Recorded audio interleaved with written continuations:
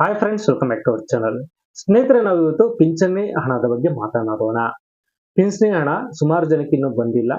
ಹಾಗೆ ಅದರಲ್ಲಿ ಏನ್ ಪ್ರಾಬ್ಲಮ್ ಇದೆ ಅದ್ರ ಬಗ್ಗೆ ಸಂಪೂರ್ಣವಾದ ಡೀಟೇಲ್ಸ್ ಅನ್ನು ನಾನು ಈ ವಿಡಿಯೋದಲ್ಲಿ ತಿಳಿಸ್ಕೊಡ್ತೇನೆ. ಈ ವಿಡಿಯೋನ ಪೂರ್ತಿಯಾಗಿ ನೋಡಿ. ಸ್ನೇಹಿತರೆ, ಈ ವಯಸ್ಸಾದ್ಮೇಲೆ ಶಕ್ತಿನೂ ಕಡಿಮೆ ಆಗುತ್ತದೆ, ಹಾಗೆ ದುಡಿಮೆನೂ ಕಡಿಮೆ ಆಗುತ್ತದೆ. ನಂತರ ನಾವು ಇನ್ನೊಬ್ಬರ ಮೇಲೆ ಡಿಪೆಂಡ್ ಕೂಡ ಆಗಿರಬೇಕಾಗಿರುತ್ತದೆ. ಔಷಧಿ ಖರ್ಚು ಇಲ್ಲ ಇನ್ನಿತರ ಯಾವುದೇ ರೀತಿಯ ಒಂದು ಖರ್ಚು ಬಂದರೂ ಕೂಡ ಇನ್ನೊಬ್ಬರು ನಮಗೆ ದುಡಿದು ಹಣನ ಕೊಡಬೇಕಾಗಿರ್ತದೆ. ಸೊ ಇಂತಹ ಸಮಯದಲ್ಲಿ ಸರ್ಕಾರದಿಂದ ಹಣ ಬಂದ್ರೆ, ಅಂದ್ರೆ ತಿಂಗಳು ಸರ್ಕಾರದಿಂದ ಹಣ ಏನಾದರೂ ಬಂದ್ರೆ ತುಂಬಾ ಅನುಕೂಲವಾಗುತ್ತದೆ. ಸೊ ಅಂತಹ ಒಂದು ಯೋಜನೆಯನ್ನ ಸರ್ಕಾರದವರು ಮಾಡಿದ್ದಾರೆ. ಆ ಒಂದು ಸರ್ಕಾರ ಯೋಜನೆ ಅಡಿಯಲ್ಲಿ ಬರ್ತಕ್ಕಂಥದ್ದೇ ಈ ಒಂದು ಸಂಧ್ಯಾ ಸುರಕ್ಷತಾ ಯೋಜನೆ ಆಗಿರುತ್ತೆ. ಇದರಲ್ಲಿ ಪ್ರತಿ ತಿಂಗಳು ಹಿರಿಯ ನಾಗರಿಕರಿಗೆ ತಿಂಗಳು ಇಷ್ಟು ಹಣ ಅಂತ ಬರ್ತಾ ಹೋಗುತ್ತದೆ. ಅಂದ್ರೆ ಅವ್ರಿಗೆ ಏನು ದೊಡ್ಡ ಮಟ್ಟದಲ್ಲಿ ಏನ್ ಖರ್ಚು ಮಾಡೋದಕ್ಕೆ ಸಿಗೋದಿಲ್ಲ. ಅಂದ್ರೆ ಔಷಧಿ ಖರ್ಚಿಗೆ, ಇತರೆ ಖರ್ಚುಗಳಿಗೆ, ಅಂದ್ರೆ ಬಸ್ ಅಲ್ಲಿ ಓಡಾಡೋದಕ್ಕೆ ಬಸ್ ಚಾರ್ಜು, ಸೊ ಇಂತಹ ಒಂದು ಸಣ್ಣ ಪುಟ್ಟ ಖರ್ಚುಗಳಿಗೆ ಸ್ವಲ್ಪ ಹಣ ಕೂಡ ಸಂಧ್ಯಾ ಸುರಕ್ಷತೆ ಯೋಜನೆಯಿಂದ ಸರ್ಕಾರದವರು ತಿಂಗಳ ಹಾಕ್ತಾ ಇದ್ದಾರೆ. ಈ ಒಂದು ಅಮೌಂಟ್ ಏನಿದೆ ಡೈರೆಕ್ಟ್ ಒಂದು ಟಿಬಿಟಿ ಮೂಲಕ ಅವರ ಅಕೌಂಟ್ಗೆ ಹೋಗುತ್ತದೆ. ಅಂದ್ರೆ ಡೈರೆಕ್ಟ್ ಬೆನಿಫಿಟ್ ಟ್ರಾನ್ಸ್ಫರ್. ಇದು ಯಾವುದೇ ರೀತಿಯ ಮಧ್ಯವರ್ತಿ ಕೈಗೆ ಹೋಗದೆ ಅಂತೆ ಡೈರೆಕ್ಟ್ ಅಕೌಂಟ್ಗೆ ಹೋಗುತ್ತದೆ. ಹಾಗಾದ್ರೆ ಈ ಸಂಧ್ಯಾ ಸುರಕ್ಷತೆ ಯೋಜನೆ ಯಾರ್ಯಾರಿಗೆ ಸಿಗುತ್ತದೆ, ಯಾರ್ಯಾರೆಲ್ಲ ಅರ್ಹರಾಗಿದ್ದಾರೆ, ಹಾಗೆ ಯಾವ ದಾಖಲೆಗಳು ಬೇಕು, ಹೇಗೆ ಅರ್ಜಿನ ಹಾಕಬೇಕು ಅನ್ನೋದ್ರ ಬಗ್ಗೆ ಸಂಪೂರ್ಣವಾದ ಮಾಹಿತಿಯನ್ನು ನಾನು ಈ ವಿಡಿಯೋದಲ್ಲಿ ತಿಳಿಸ್ಕೊಡ್ತೇನೆ. ಹಾಗೆ ಈ ಒಂದು ಪಿಂಚಣಿ ಅಮೌಂಟ್ ಸ್ಟಾಪ್ ಆಗಿದೆ, ನಮ್ಗಿನ್ನ ಬಂದಿಲ್ಲ, ಸುಮಾರು ತಿಂಗಳಾಯ್ತು ಇನ್ನ ಬಂದಿಲ್ಲ ನಮ್ಗೆ ಅಂತ ಒಂದು ಪ್ರಾಬ್ಲಮ್ ಕೂಡ ಇದೆ. ಸೊ ಅದ್ರ ಬಗ್ಗೆ ಸಂಪೂರ್ಣವಾದ ಮಾಹಿತಿಯನ್ನು ನಾನು ಈ ವಿಡಿಯೋದಲ್ಲಿ ತಿಳಿಸ್ಕೊಡ್ತೇನೆ. ಈ ವಿಡಿಯೋನ ಕೊನೆವರೆಗೂ ನೋಡಿ. ನಮ್ದು ಪಿಂಚಣಿ ಹಣ ಬರ್ತಾ ಇತ್ತು, ಇದಕ್ಕಿದ್ದಂತೆ ಯಾಕೋ ಸ್ಟಾಪ್ ಆಗಿದೆ, ಈ ಸ್ಕೀಮ್ ಏನಾದ್ರು ಕ್ಯಾನ್ಸಲ್ ಆಗಿದೆಯಾ ಅಂತ ಸುಮಾರು ಜನ ಯೋಚನೆ ಮಾಡ್ತಾರೆ. ಸೊ ಆತರ ಯಾವುದೇ ಇಲ್ಲ. ಇದು ಒಂದು ಪ್ರೋಸೆಸ್ ವೆರಿಫಿಕೇಶನ್ಸ್ ಅಲ್ಲಿ ಏನೋ ಪ್ರಾಬ್ಲಮ್ ಇರುತ್ತೆ, ಅಥವಾ ಒಂದು ಯಾವ್ದೋ ಒಂದು ಸಮಸ್ಯೆಯಿಂದಾಗಿ ನಿಂತಿರಬಹುದು. ಸೊ ಅದ್ರ ಬಗ್ಗೆ ಸಂಪೂರ್ಣವಾದ ಮಾಹಿತಿಯನ್ನು ಕೂಡ ನಾನು ಇದರಲ್ಲಿ ಹೇಳ್ತೇನೆ. ಸ್ನೇಹಿತರೆ, ಈ ಸಂಧ್ಯಾ ಸುರಕ್ಷತೆ ಯೋಜನೆ ಅಂತಕ್ಕಂಥದ್ದು ಕರ್ನಾಟಕದ ಒಂದು ರೆವಿನ್ಯೂ ಡಿಪಾರ್ಟ್ಮೆಂಟ್ ನೋಡ್ಕೊಳ್ಳುತ್ತೆ.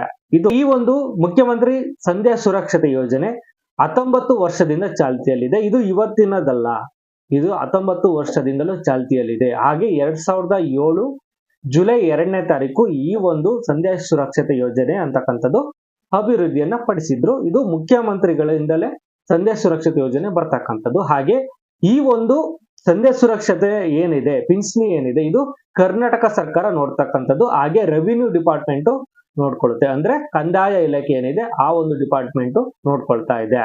ಸೊ ಇದರಲ್ಲಿ ಸುಮಾರು ಲಕ್ಷಾಂತರ ಜನ ಪಿಂಚಣಿದಾರರಿದ್ದಾರೆ, ಅಂದ್ರೆ ಫಲಾನುಭವಿಗಳಿದ್ದಾರೆ.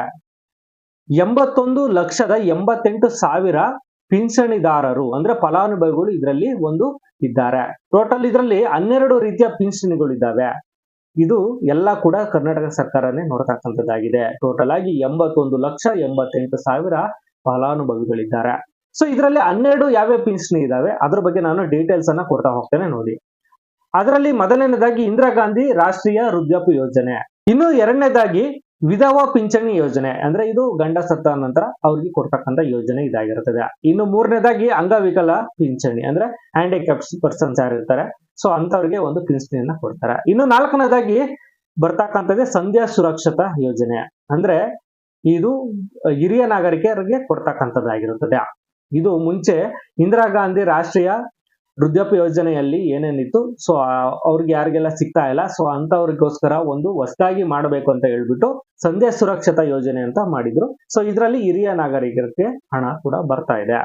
ಇನ್ನು 5ನೇದಾಗಿ ಮನಸ್ವಿನಿ ಪಿಂಚಣಿ, 6ನೇದಾಗಿ ಮೈತ್ರಿ, ಇನ್ನ 7ನೇದಾಗಿ ನೋಡೋದಾದ್ರೆ ಸಾಲದ ಬಾಧೆಯಿಂದ ಸಂಕಷ್ಟಕ್ಕೆ ಒಳಗಾದ ಆತ್ಮಹತ್ಯೆ ಮಾಡಿಕೊಂಡ ರೈತರ ಪತ್ನಿಗೆ ಪಿಂಚಣಿ ಯೋಜನೆ. ಅಂದ್ರೆ ಏನು ರೈತರಿರ್ತಾರೆ ಅವರು ಆತ್ಮಹತ್ಯೆ ಮಾಡ್ಕೊಂಡಾಗ ಅವ್ರ ವೈಫ್ ಏನಿದ್ದಾರೆ ಅವರಿಗೆ ಒಂದು ಪಿಂಚಣಿಯನ್ನ ಕೊಡ್ತಕ್ಕಂಥದ್ದು ಆಗಿರುತ್ತದೆ. ಇನ್ನು 8ನೇದಾಗಿ ಆಸಿಡ್ ದಾಳಿಗೆ ಒಳಗಾದ ಮಹಿಳೆಯರಿಗೆ ಪಿಂಚಣಿ ಯೋಜನೆ, ಅಂದ್ರೆ ಆಸಿಡ್ ಏನಾದ್ರು ಒಳಗಾಗಿದ್ರೆ ಮಹಿಳೆಯರಿಗೆ ಕೊಡ್ತಕ್ಕಂಥದ್ದು 8ನೇದು. ಇನ್ನು 9ನೇದಾಗಿ ಎಂಡೋಸಲ್ಫಾನ್ ಸಂತ್ರಸ್ತರಿಗೆ ಮಾಸಿಕ ಪಿಂಚಣಿಯನ್ನ ಕೊಡ್ತಕ್ಕಂಥದ್ದಾಗಿರುತ್ತದೆ. ಇನ್ನು 10ನೇದಾಗಿ ಮಾಜಿ ದೇವದಾಸಿ ಮಾಶಾಸನ ಯೋಜನೆ ಆಗಿರುತ್ತದೆ. ಇನ್ನು 11ನೇದಾಗಿ ರಾಜ್ಯ ಸ್ವಾತಂತ್ರ್ಯ ಹೋರಾಟಗಾರರ ಗೌರವಧನ ಹಾಗೂ ಕುಟುಂಬ ಪಿಂಚಣಿಯನ್ನ ಕೊಡ್ತಕ್ಕಂಥದ್ದು. ಇನ್ನು ಕೊನೆಯದಾಗಿ 12ನೇದು ಗೋವಾ ಸ್ವತಂತ್ರ ಹೋರಾಟಗಾರರ ಗೌರವಧನ ಹಾಗೂ ಕುಟುಂಬ ಪಿಂಚಣಿ ಯೋಜನೆ ಆಗಿರುತ್ತದೆ. ಟೋಟಲ್ ಆಗಿ 12 ಪಿಂಚಣಿಗಳು ಈ ಒಂದು ಕರ್ನಾಟಕ ಸರ್ಕಾರ ನೋಡ್ತಕ್ಕಂಥದ್ದು ರೆವಿನ್ಯೂ ಡಿಪಾರ್ಟ್ಮೆಂಟ್ ನೋಡ್ಕೊಳ್ಳುತ್ತದೆ. ಟೋಟಲ್ ಆಗಿ 81,88,000 ಫಲಾನುಭವಿಗಳು ಈ ಒಂದು ಪಿಂಚಣಿಯನ್ನ ಪಡೆದುಕೊಳ್ತಾ ಇದ್ದಾರೆ. ಸೊ ಹಾಗಾದ್ರೆ ನೀವು ಕೂಡ ಪಿಂಚಣಿಯನ್ನ ಪಡೆದುಕೊಳ್ಬಹುದಾ? ಯಾರ್ಯಾರೆಲ್ಲ ಅರ್ಹರು?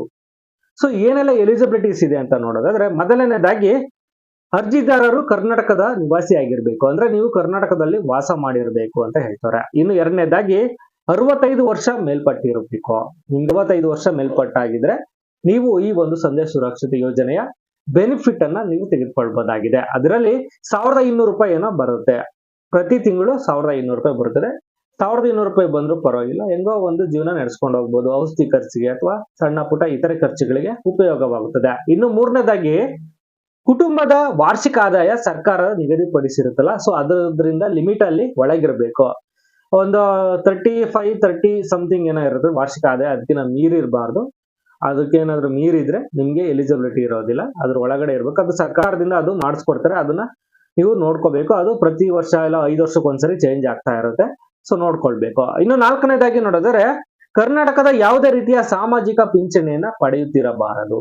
ಅಂದ್ರೆ ಇವಾಗ ಏನು 12 ಪಿಂಚಣಿ ಇದೆ, ಅದರಲ್ಲಿ ಯಾವ್ದಾದ್ರೂ ಒಂದು ನೀವು ಪಿಂಚಣಿಯನ್ನ ಪಡಿತಾ ಇದ್ರು ಕೂಡ ಈ ಒಂದು ಸಂದೇಶ ಸುರಕ್ಷತಾ ಯೋಜನೆ ಏನಿದೆ ಬರೋದಿಲ್ಲ, ಪಿಂಚಣಿ ಬರೋದಿಲ್ಲ. ಎಕ್ಸಾಂಪಲ್ ನಿಮ್ಗೆ ಇವಾಗ ಗಂಡ ಸತ್ತೋಗಿರ್ತಾರೆ, ಗಂಡ ಸತ್ತೋಗಿರ್ತಕ್ಕಂಥ ಒಂದು ಪಿಂಚಣಿ ಹಣ ಬರ್ತಾ ಇರುತ್ತದೆ. ಸೊ ಅಂತವ್ರಿಗೆ 65 ವರ್ಷ ಆದ್ಮೇಲೆ ಸಂದೇಶ ಸುರಕ್ಷತಾ ಯೋಜನೆ ಅಪ್ಲಿಕೇಬಲ್ ಆಗುತ್ತಾ, ಎಲಿಜಿಬಿಲಿಟಿ ಇದೆಯಾ ಅಂದ್ರೆ ಆಗೋದಿಲ್ಲ. ಆಲ್ರೆಡಿ ಒಂದು ಗಂಡ ಸತ್ತೋಗಿರುವಂತಹ ಒಂದು ವಿಧವಾ ವೇತನ ಏನ್ ಬರ್ತಾ ಇದೆ, ಸೊ ಅದಕ್ಕೆ ಕೊಡ್ತಾರೆ. ಆಮೇಲೆ 65 ವರ್ಷ ಆಗಿದೆ, ಅದನ್ನು ಬೇಕು ಇದು ಬೇಕು ಅಂದ್ರೆ ಕೊಡೋದಿಲ್ಲ, ಯಾವ್ದಾದ್ರು ಒಂದು ಮಾತ್ರ ನಿಮ್ಗೆ ಸಿಗುತ್ತದೆ. ಇನ್ನು ಐದನೇದಾಗಿ ನೋಡೋದಾದ್ರೆ, ಆದಾಯ ಪಾವತಿ ತೆರಿಗೆದಾರರಾಗಿರಬಾರದು.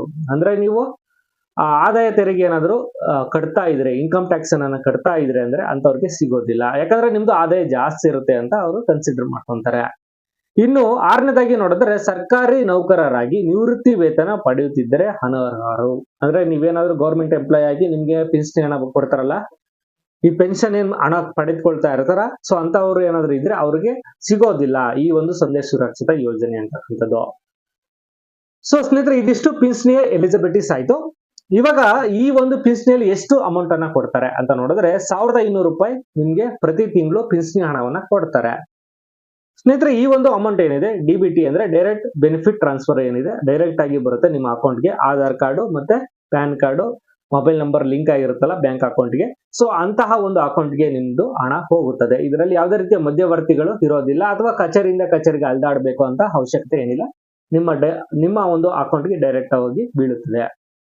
ಸೊ ಇನ್ನು ಇದಕ್ಕೆ ಏನೆಲ್ಲ ಡಾಕ್ಯುಮೆಂಟ್ಸ್ ಬೇಕು ಅಂತ ನೋಡಿದ್ರೆ, ಇದಕ್ಕೆ ಮೊದಲನೇದಾಗಿ ಆಧಾರ್ ಕಾರ್ಡು ಇರಬೇಕಾಗಿರುತ್ತದೆ, ನಿಮ್ದು ಆಧಾರ್ ಕಾರ್ಡ್ ಬೇಕು. ಎರಡನೇದಾಗಿ ವಯಸ್ಸಿನ ದಾಖಲೆ ಅಂದ್ರೆ ಏಜ್ ಸರ್ಟಿಫಿಕೇಟ್ಸ್ ಏನಿದೆ ಅದು ಬೇಕಾಗಿರುತ್ತದೆ. ಇನ್ನು ಮೂರನೇದಾಗಿ ರೇಷನ್ ಕಾರ್ಡು ಇರಲೇಬೇಕಾಗಿರುತ್ತದೆ. ನಾಲ್ಕನೇದಾಗಿ ಇನ್ಕಮ್ ಸರ್ಟಿಫಿಕೇಟ್ ಅಂದ್ರೆ ಆದಾಯ ಪ್ರಮಾಣ ಪತ್ರ ಇರಬೇಕು. ಇನ್ನು ಐದನೇದಾಗಿ ಬ್ಯಾಂಕ್ ಪಾಸ್ಬುಕ್, ನಿಮ್ದು ಯಾವ್ದಾದ್ರು ಒಂದು ಬ್ಯಾಂಕ್ ಪಾಸ್ಬುಕ್ ಇರಬೇಕು, ಅದಕ್ಕೆ ಆಧಾರ್ ಕಾರ್ಡು ಲಿಂಕ್ ಆಗಿರಬೇಕು. ಇನ್ನು ಆರನೇದಾಗಿ ಮೊಬೈಲ್ ನಂಬರ್ ಇರಬೇಕು, ಮೊಬೈಲ್ ನಂಬರ್ ಕಂಪಲ್ಸರಿ ಬೇಕೇ ಬೇಕು. ಇನ್ನು ಏಳನೇದಾಗಿ ನೋಡಿದ್ರೆ ಪಾಸ್ಪೋರ್ಟ್ ಸೈಜ್ ಫೋಟೋ. ಸೊ ಇದಿಷ್ಟು ಡಾಕ್ಯುಮೆಂಟ್ಸ್ ಇದ್ರೆ ಸಾಕು, ಆರಾಮಾಗಿ ನೀವು ಕೂಡ ಸಂದೇಶ ಸುರಕ್ಷತಾ ಯೋಜನೆ ಏನಿದೆ ಅದಕ್ಕೂ ಕೂಡ ಅಪ್ಲೈನ ಮಾಡ್ಕೊಳ್ಬಹುದು. 65 ವರ್ಷ ಮೇಲ್ಪಟ್ಟ ಆಗಿರ್ಬೇಕು. ಸ್ನೇಹಿತರೆ, ಹಾಗಾದ್ರೆ ಈ ಒಂದು ಮುಖ್ಯಮಂತ್ರಿ ಸಂದೇಶ ಸುರಕ್ಷತೆ ಯೋಜನೆಗೆ ಹೇಗೆ ಅಪ್ಲೈ ಮಾಡ್ಬೇಕು? ನಾವು ಆನ್ಲೈನ್ ಅಲ್ಲೂ ಮಾಡಬಹುದು, ಆಫ್ಲೈನ್ ಅಲ್ಲೂ ಕೂಡ ಮಾಡಬಹುದು. ಸೊ ಆನ್ಲೈನ್ ಅಲ್ಲಿ ಹೇಗ್ ಮಾಡ್ತೀರಾ ಅಥವಾ ಆಫ್ಲೈನ್ ಅಲ್ಲಿ ಹೇಗ್ ಮಾಡ್ತೀರಾ? ಆಫ್ಲೈನ್ ಅಲ್ಲಿ ಆದ್ರೆ ನೀವು ಸೇವಾ ಸಿಂಧು ಅಂತ ಸೆಂಟರ್ ಇರ್ತಾವಲ್ಲ ನಿಮ್ಮ ಏರಿಯಾದ ಅಕ್ಕಪಕ್ಕ ಅಥವಾ ನಿಮ್ಮ ಏರಿಯಾದಲ್ಲಿ ಇರ್ತಕ್ಕಂಥ ಒಂದು ಸೇವಾ ಸಿಂಧು ಏನಿದೆ ಅಲ್ಲಿಗೆ, ಅಥವಾ ಗ್ರಾಮ 1 ಅಂತ ಇರ್ತಾವಲ್ಲ, ಸೊ ಅಲ್ಲಿಗೆ ನೀವು ಹೋಗ್ಬೇಕಾಗಿರ್ತದೆ ಕಚೇರಿಗೆ. ಅಲ್ಲಿ ಹೋದ್ರೆ ಒಂದು ಫಾರಂ ಅನ್ನ ಕೊಡ್ತಾರೆ, ಆ ಫಾರಂ ಅನ್ನ ಇಸ್ಕೊಂಡು ನೀವು ಫಿಲ್ ಮಾಡಿ ಏನೆಲ್ಲ ಡಾಕ್ಯುಮೆಂಟ್ಸ್ ಬೇಕು ಹೇಳಿದೀನಿ ಆ ಡಾಕ್ಯುಮೆಂಟ್ಸ್ ನೆಲ್ಲ ಹಾಕಿ, ನಿಮ್ಮ ಫೋಟೋವನ್ನ ಹಾಕಿ ನೀವು ಅವ್ರಿಗೆ ಸೈನ್ ಮಾಡಿ ಕೊಟ್ರೆ ಅವರು ಮೇಲಧಿಕಾರಿಗಳಿಗೆ ಕಳಿಸ್ತಾರೆ. ಅವರು ಅದನ್ನೆಲ್ಲ ವೆರಿಫಿಕೇಶನ್ ಮಾಡಿ ನಂತರ ನಿಮ್ಮ ಒಂದು ಮೊಬೈಲ್ ನಂಬರ್ ಏನಿರುತ್ತೆ ಆ ಒಂದು ಮೊಬೈಲ್ ನಂಬರ್ಗೆ SMS ಮೂಲಕ ನಿಮ್ದು ವೆರಿಫಿಕೇಶನ್ಸ್ ಕೂಡ ಕಳಿಸ್ತಾರೆ. ಅದನ್ನ ನೋಡ್ಕೊಂಡ್ರೆ ನಿಮ್ದು ಎಲಿಜಿಬಿಲಿಟಿ ಇದೆಯಾ ಇಲ್ಲ, ಹಾಗೆ ನಿಮ್ದು ಅಪ್ಲಿಕೇಶನ್ ಸಕ್ಸಸ್ಫುಲ್ ಆಗಿದೆಯಾ ಇಲ್ಲ ಅಂತ ಕೂಡ ನಿಮ್ಗೆ ಗೊತ್ತಾಗುತ್ತದೆ.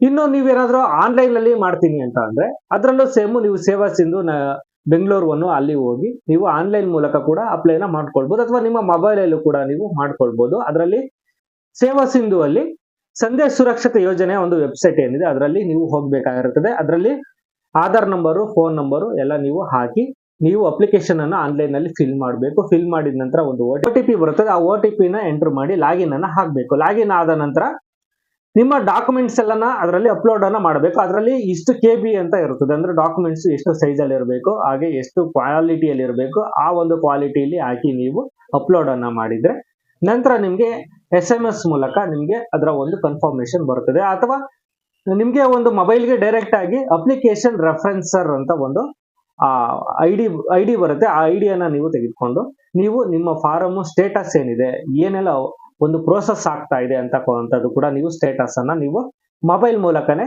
ಚೆಕ್ ಮಾಡ್ಕೋಬಹುದಾಗಿದೆ. ಇದು ಆನ್ಲೈನ್ ಪ್ರೋಸೆಸ್ ಆಗಿದೆ. ಎರಡು ಕೂಡ ಸಿಂಪಲ್ ಆಗಿದೆ. ಆರಾಮಾಗಿ ನೀವು ಅಪ್ಲಿಕೇಶನ್ ಅನ್ನು ಹಾಕೊಳ್ಬಹುದು, ಏನು ತೊಂದರೆ ಇಲ್ಲ. ಸ್ನೇಹಿತರೆ, ಇನ್ನೊಂದು ಡೌಟ್ ಏನಿದೆ, ಈ ಒಂದು ಪಿಂಚಣಿ ಅಮೌಂಟ್ 1 ತಿಂಗಳು ಬರುತ್ತೆ, ಇಲ್ಲ 2 ತಿಂಗಳು ಬರಲ್ಲ. ಈಗಂತೂ ಪಿಂಚಣಿ ಅಮೌಂಟ್ ಬಂದೇ ಇಲ್ಲ, ಸುಮಾರು ತಿಂಗಳಾಯ್ತು ಅಂತ ನಿಮ್ಗೆ ಒಂದು ಡೌಟ್ ಇದೆ. ನಾವು ಈ ಒಂದು ಸ್ಕೀಮ್ ಏನಾದ್ರು ಕ್ಯಾನ್ಸಲ್ ಆಗಿದ್ಯಾ, ಸಂಧ್ಯಾ ಸುರಕ್ಷತೆ ಯೋಜನೆ ಸ್ಕೀಮ್ ಕ್ಯಾನ್ಸಲ್ ಆಗಿದೆಯಾ ಅಂತ ನಿಮ್ಗೆ ಡೌಟ್ ಕೂಡ ಇರುತ್ತದೆ. ಆ ತರ ಏನೂ ಆಗಿಲ್ಲ. ಜಸ್ಟ್ ಅದರಲ್ಲಿ ಸಮ್ ಪ್ರೋಸೆಸ್ ವೆರಿಫಿಕೇಶನ್ ಅಲ್ಲಿ ಏನಾದ್ರು ಪ್ರಾಬ್ಲಮ್ ಇರುತ್ತೆ, ಅಥವಾ KVC ವೆರಿಫಿಕೇಶನ್ ಅಲ್ಲಿ ಪ್ರಾಬ್ಲಮ್ ಆಗಿರುತ್ತೆ, ಅಥವಾ ಡಾಕ್ಯುಮೆಂಟ್ ಅಲ್ಲಿ ಪ್ರಾಬ್ಲಮ್ ಆಗಿರ್ಬೋದು, ಅಥವಾ ನಿಮ್ಮ ಒಂದು ಆಧಾರ್ ಬ್ಯಾಂಕ್ ಪಾಸ್ಬುಕ್ ಕೊಟ್ಟಿರ್ತೀರಲ್ಲ ಅದ್ರಲ್ಲಿ ಏನಾದ್ರು ಪ್ರಾಬ್ಲಮ್ ಆಗಿದ್ರೆ ಆ ಒಂದು ಅಮೌಂಟ್ ಸ್ವಲ್ಪ ಡಿಲೇ ಆಗುತ್ತೆ. ಅದನ್ನ ವೆರಿಫಿಕೇಶನ್ ಅನ್ನ ತೆಗೆದುಕೊಂಡು ನೀವು ಅದನ್ನ ಚೆಕ್ ಮಾಡಿ, ಸ್ಟೇಟಸ್ ಅನ್ನ ಚೆಕ್ ಮಾಡಿ, ನೀವು ಮತ್ತೆ ಸರಿಯಾದ ದಾಖಲಾತಿಯನ್ನು ಕೊಟ್ರೆ ಮತ್ತೆ ಅದು ಸ್ಕೀಮ್ ಅಲ್ಲಿ ನಿಮ್ಗೆ ಕಂಟಿನ್ಯೂ ಆಗಿ ಅಮೌಂಟ್ ಕೂಡ ಬರ್ತಾ ಹೋಗುತ್ತದೆ. ಸೊ ಸ್ನೇಹಿತರೆ, ನೀವೇನಾದ್ರೂ ಹೊಸಬ್ರಾಗಿ ಈ ಸಂಧ್ಯಾ ಸುರಕ್ಷಿತ ಯೋಜನೆ ಅಪ್ಲಿಕೇಶನ್ ಅನ್ನ ಹಾಕ್ತಾ ಇದ್ರೆ ಕೆಲವೊಂದ್ಸರಿ ಏನಾಗುತ್ತೆ ಅಂದ್ರೆ ನಿಮ್ಮ ಒಂದು ಅಪ್ಲಿಕೇಶನ್ ಕ್ಯಾನ್ಸಲ್ ಆಗುವಂತ ಚಾನ್ಸಸ್ ಕೂಡ ಇದೆ, ಅಂದ್ರೆ ರಿಜೆಕ್ಟ್ ಆಗುವಂತ ಚಾನ್ಸಸ್ ಕೂಡ ಇದೆ. ಸೊ ಅವಾಗ ಏನಾಗುತ್ತೆ, ಏನ್ ಪ್ರಾಬ್ಲಮ್ ಇಂದ ಆಗುತ್ತೆ ಅಂದ್ರೆ ನಿಮ್ಮ ಒಂದು ಆಧಾರ್ ಕಾರ್ಡ್ ಅಲ್ಲಿ ಇರ್ತಕ್ಕಂಥ ಒಂದು ಅಡ್ರೆಸ್ ಅಥವಾ ನಿಮ್ಮ ಬ್ಯಾಂಕ್ ಅಕೌಂಟ್ ಅಲ್ಲಿ ಇರ್ತಕ್ಕಂಥ ಅಡ್ರೆಸ್ ಎರಡು ಮಿಸ್ ಮ್ಯಾಚ್ ಆಗ್ತಾ ಇರುತ್ತದೆ. ಸೊ ಅಂತಹ ಒಂದು ಸಂದರ್ಭದಲ್ಲಿ ಇದು ಏನಿದೆ ಆಟೋಮ್ಯಾಟಿಕ್ ಆಗಿ ಇದು ಸಿಸ್ಟಮ್ ಅಲ್ಲಿ ಕೂಡ ಇದು ರಿಜೆಕ್ಟ್ ಆಗುವಂತ ಚಾನ್ಸಸ್ ಇರುತ್ತದೆ. ಸೊ ಅವಾಗ ನೀವು ಸರಿಯಾದ ದಾಖಲಾತಿಯನ್ನ ನೀವು ಕೊಡಬೇಕಾಗಿರುತ್ತೆ. ನೀವು ಸರಿಯಾದ ದಾಖಲಾತಿಯನ್ನ ಒದಗಿಸಿಕೊಟ್ರೆ ಅದು ನಿಮ್ಮ ಅಪ್ಲಿಕೇಶನ್ ಕಂಪ್ಲೀಟ್ ಆಗಿರುತ್ತದೆ. ಇವಾಗೆಲ್ಲ ಡಿಜಿಟಲ್ ಆಗಿರೋದ್ರಿಂದ ಯಾವುದೇ ರೀತಿಯ ಒಂದು ಸಣ್ಣ ಮಿಸ್ಟೇಕ್ ಇದ್ರೂ ಕೂಡ ಅದು ರಿಜೆಕ್ಟ್ ಆಗುವಂತ ಚಾನ್ಸಸ್ ತುಂಬಾ ಇರುತ್ತೆ. ಸೊ ಅದಕ್ಕೋಸ್ಕರ ಸರಿಯಾದ ದಾಖಲಾತಿಯನ್ನ ನೀವು ಕೊಡಬೇಕಾಗಿರುತ್ತದೆ. ಒಂದ್ಸರಿ ಆನ್ಲೈನ್ ಅಲ್ಲಿ ಅಪ್ಲೈ ಮಾಡಿ, ಆಗಿಲ್ಲ ಅಂದ್ರೆ ನೀವು ಆಫ್ಲೈನ್ ಅಲ್ಲೂ ಕೂಡ ನೀವು ಮಾಡಿ ಅದನ್ನ ಸರ್ವಿಸ್ ಅನ್ನ ತೆಗೆದುಕೊಳ್ಬಹುದಾಗಿದೆ ಸ್ನೇಹಿತರೆ. ಓಕೆ ಸ್ನೇಹಿತರೆ, ಈ ಒಂದು ಸಂಧ್ಯಾ ಸುರಕ್ಷತೆ ಯೋಜನೆ ಬಗ್ಗೆ ನಿಮ್ಮಲ್ಲಿ ಇರ್ತಕ್ಕಂತ ಒಂದು ಕನ್ಫ್ಯೂಷನ್ಸ್ ಕ್ಲಿಯರ್ ಆಗಿದೆ ಅಂತ ನಾನು ಅನ್ಕೊಂತೀನಿ. ನಿಮ್ಗೇನಾದ್ರೂ ಈ ಒಂದು ವಿಡಿಯೋ ಮಾಹಿತಿ ಏನಿದೆ ಇಷ್ಟವಾಗಿದ್ರೆ ಈ ಒಂದು ವಿಡಿಯೋಗೆ ಲೈಕ್ ಮಾಡಿ. ಹಾಗೆ ನಿಮ್ಗೇನಾದ್ರೂ ಭಿನ್ನಾಭಿಪ್ರಾಯ ಇತ್ತು, ಇಲ್ಲ ನಿಮ್ಗೇನಾದ್ರೂ ತೊಂದರೆ ಆಗಿದೆ ಅಂದ್ರೆ ನೀವು ಕಮೆಂಟ್ ಮೂಲಕ ನೀವು ತಿಳಿಸ್ಕೊಡಿ. ಹಾಗೆ ಈ ಒಂದು ವಿಡಿಯೋದಿಂದಾಗಿ ಇನ್ನ 4 ಜನಕ್ಕೆ ಹೆಲ್ಪ್ ಆಗುತ್ತೆ ಅಂದ್ರೆ ಈ ವಿಡಿಯೋನ ಬೇರೆಯವರಿಗೆ ಶೇರ್ ಮಾಡಿ. ಧನ್ಯವಾದಗಳು ಸ್ನೇಹಿತರೆ.